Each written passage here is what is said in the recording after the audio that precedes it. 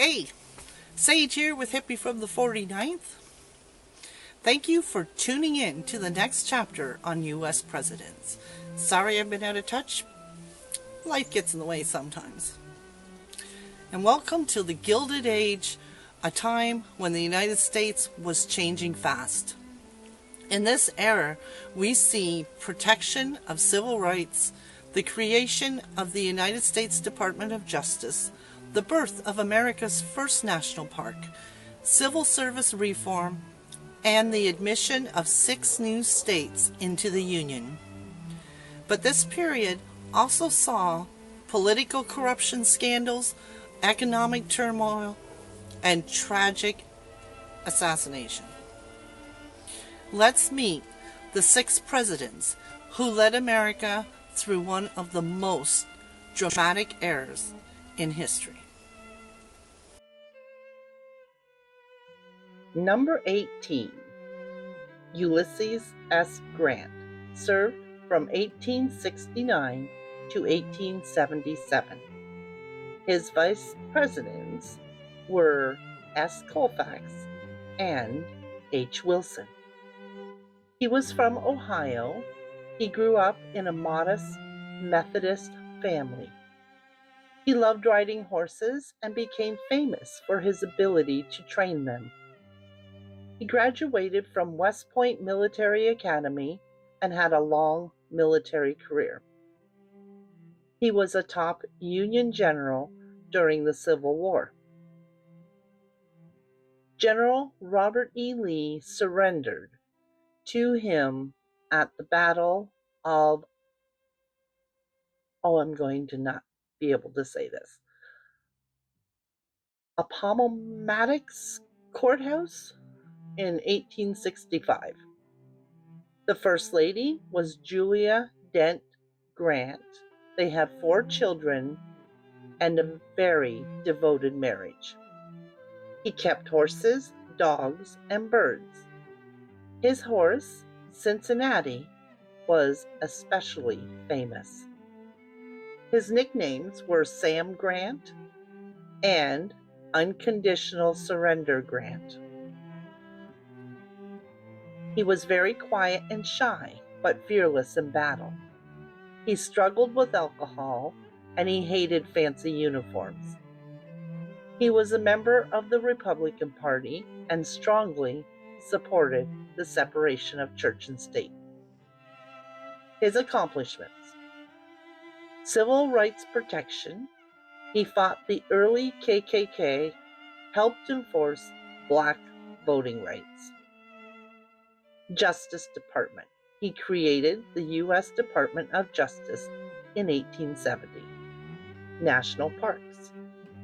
He signed the law creating Yellowstone National Park, the first one in the world, in 1872. The 15th Amendment. He supported this. He was criticized for corruption and scandals involving the people around him in his cabinet, like the credit mobilier scandal and the whiskey ring scandal. He struggled handling the Panic of 1873. He was going to run for a 3rd term, but the party chose someone else. He stepped down peacefully. He suffered from throat cancer. In the last months of his life, he wrote his memoirs, which became one of the most famous military autobiographies ever written. He died in 1885 at the age of 63 in New York. Sidebar: the credit mobilier scandal, 1872. This scandal involved the building of the first transcontinental railroad. Executives from the railroad company, Union Pacific Railroad, secretly created another company called Credit Mobilier of America. They then awarded construction contracts to themselves through the fake company, charged the government massively, inflated prices, and made huge profits. To keep Congress quiet, they sold discounted stock to members of Congress so those politicians would look the other way. This involved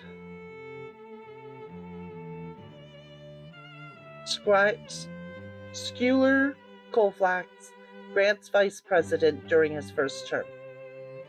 It was a big deal because the scandal made Americans feel that railroad companies and politicians were working together to cheat the taxpayers. And it played a big part in the economic crash brought on from the Panic of 1873. The Whiskey Ring Scandal, 1875. This scandal involved tax fraud on whiskey. At the time, the government placed heavy taxes on whiskey to help pay for the American Civil War debt. A group of whiskey distillers, government tax collectors, and Treasury officials created a scheme where they avoided paying the whiskey tax and split the stolen money. The fraud spread across multiple cities, including St. Louis, Chicago, and Milwaukee. Grant's response.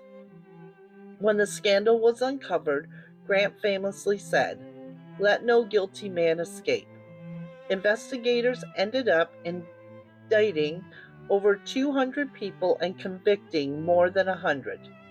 But the scandal got awkward because Grant's personal secretary, Orville Babcock, was accused of involvement.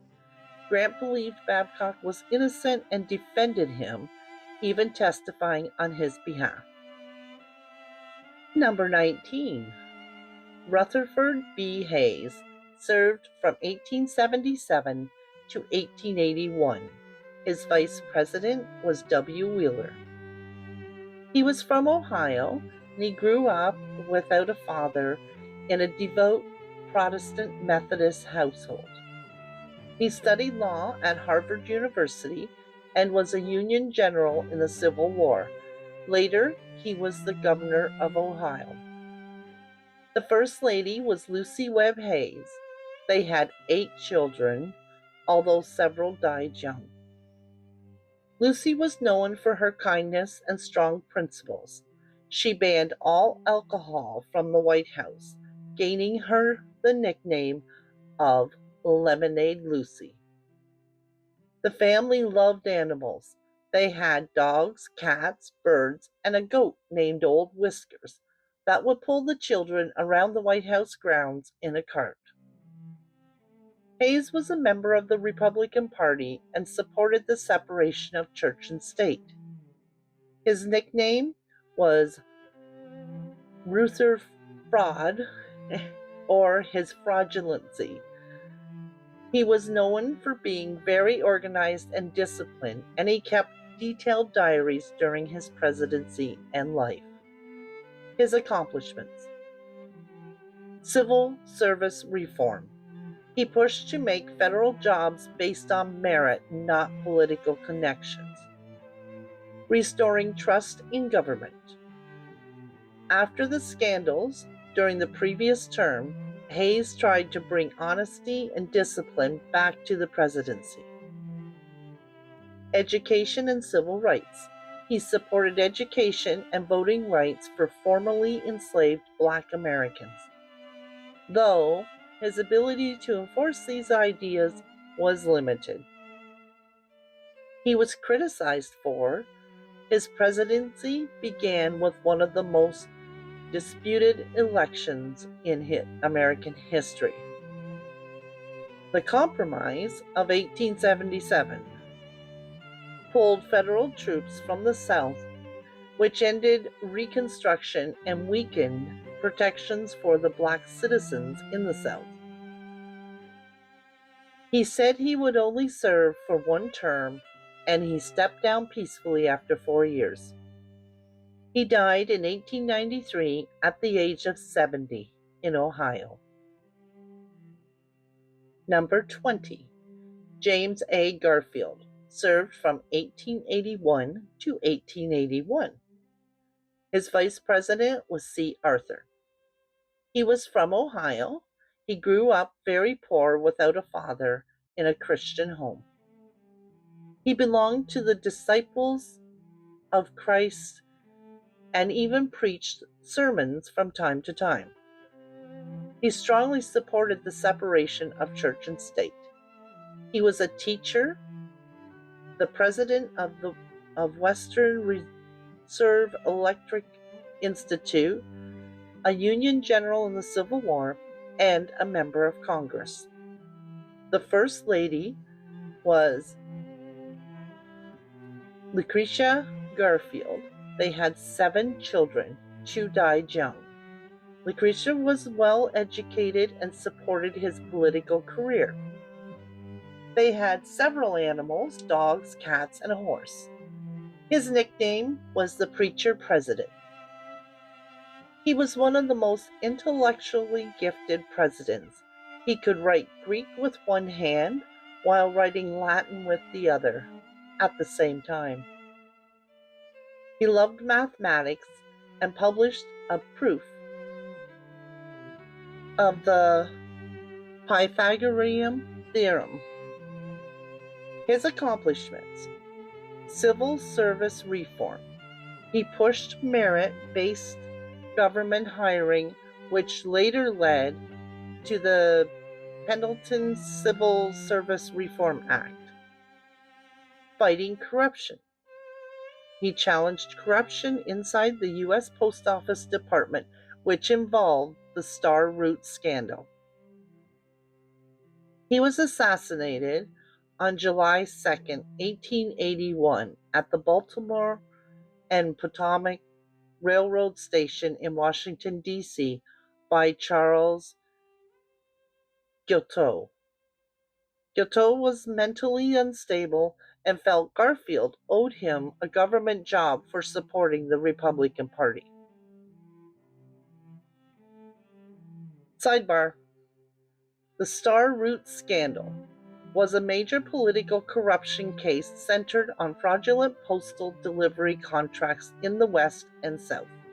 It unfolded between 1870s and the 1880s and became one of the Gilded Age's most notorious examples of government corruption and abuse. Created by Congress in 1845, star routes were mail routes in remote areas designated by 3 stars, meaning certainty, celerity, and security. After the Civil War, as the frontier expanded, competition for these lucrative routes intensified. Contractors and postal officials formed rings that rigged the bidding process. Conspirators would submit low straw bids to drive competitors out, then default and reassign contracts at inflated prices, splitting the excess profits among themselves. Congressional investigations began under President Grant in 1872 and again in 1876, both marred by bribery. Renewed graft appeared during the Hayes administration, prompting further inquiry.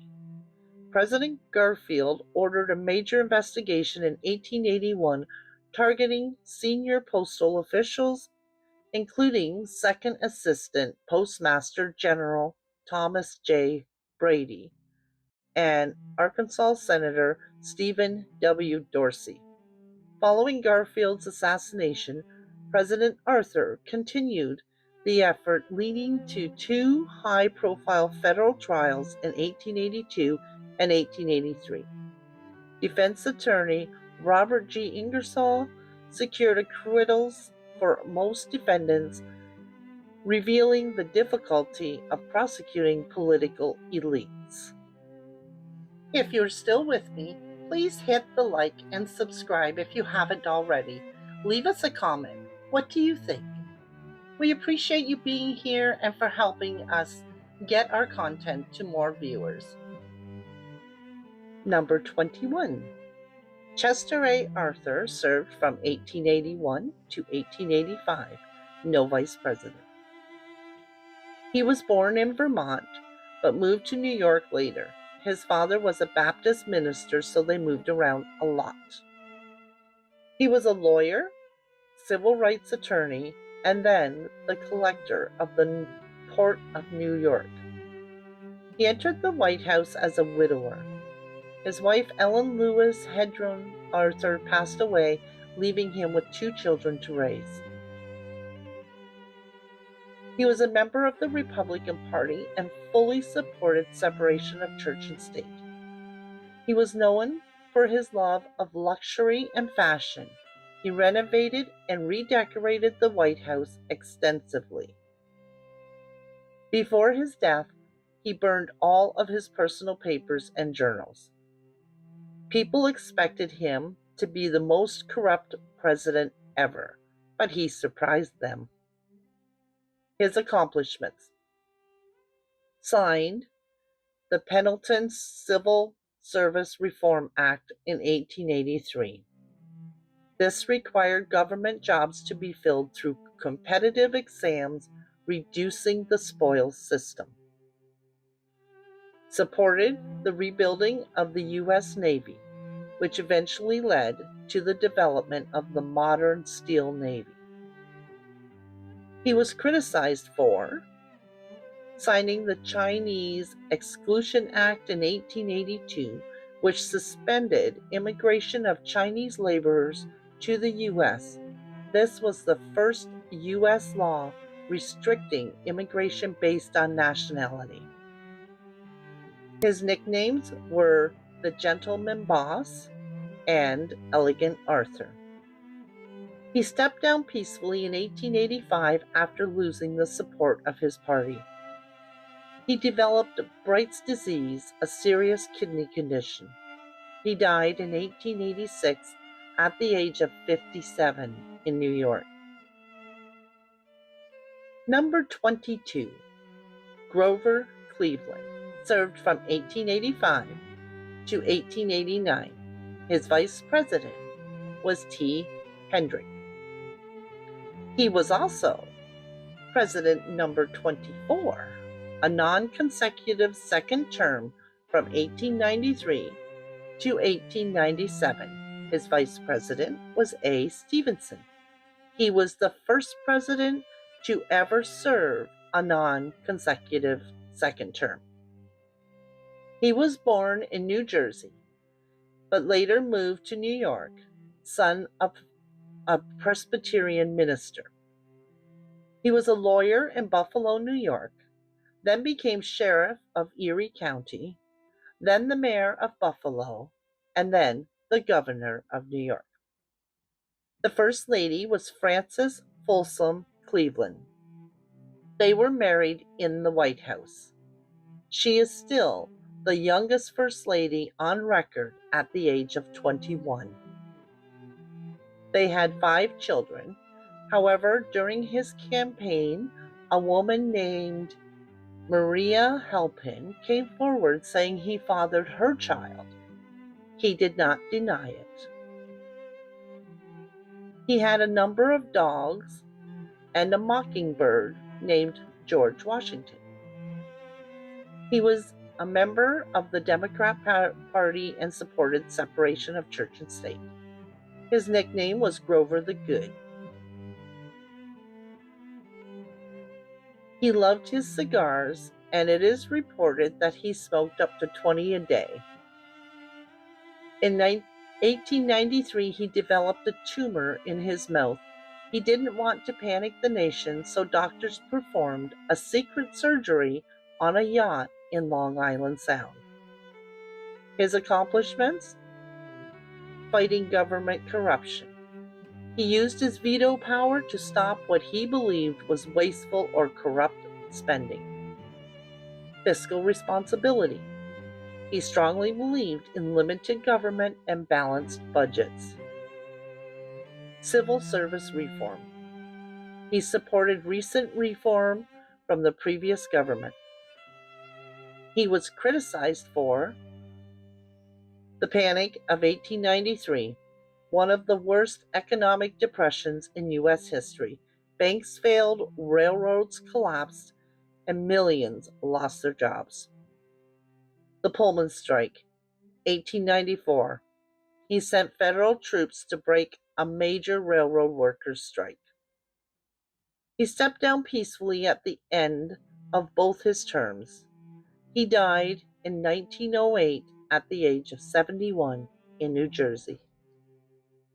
Number 23. Benjamin Harrison served from 1889 to 1893. His vice president was L. Morton. His grandfather was the 9th president, William Henry Harrison.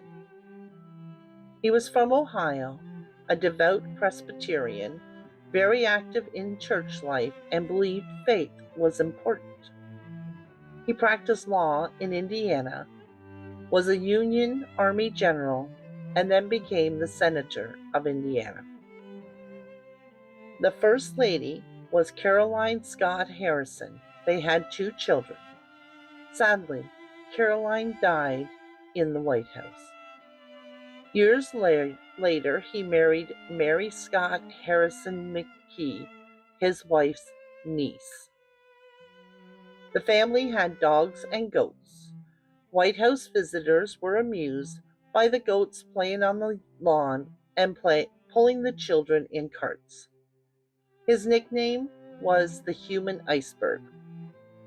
He didn't trust the new electric lighting in the White House, and they often left the lights off using lanterns in fear of being zapped with electric shocks. His accomplishments: Sherman Antitrust Act. He signed it in 1890. This law was meant to break up powerful business monopolies and protect fair competition. Expanded the nation. 6 new states joined the Union: North Dakota, South Dakota, Montana, Washington, Idaho, and Wyoming. Conservation efforts. He supported protection of natural resources and created several forest reserves. He was criticized for high tariffs. He signed the McKinley Tariff Act in 1890. This raised tariffs to high levels, causing consumer prices to skyrocket. Government spending. Congress spent a huge amount of money, giving them the name Billion-Dollar Congress. After losing the election in 1893, he stepped down peacefully. He died in 1901 at the age of 67 in Indiana. As we look back at the Gilded Age, it's clear this was largely the era of the Republicans, with only one Democratic president in the mix. It was also a time marked by government corruption, political reform, economic turmoil, and debates over high tariffs that hurt more Americans than they helped. But through civil service reform, new protections for civil rights, and the creation of new institutions, we can see the country beginning to repair the damage and modernize its government.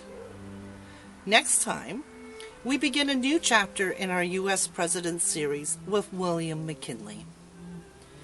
Did any of these presidents surprise you? Let me know in the comments.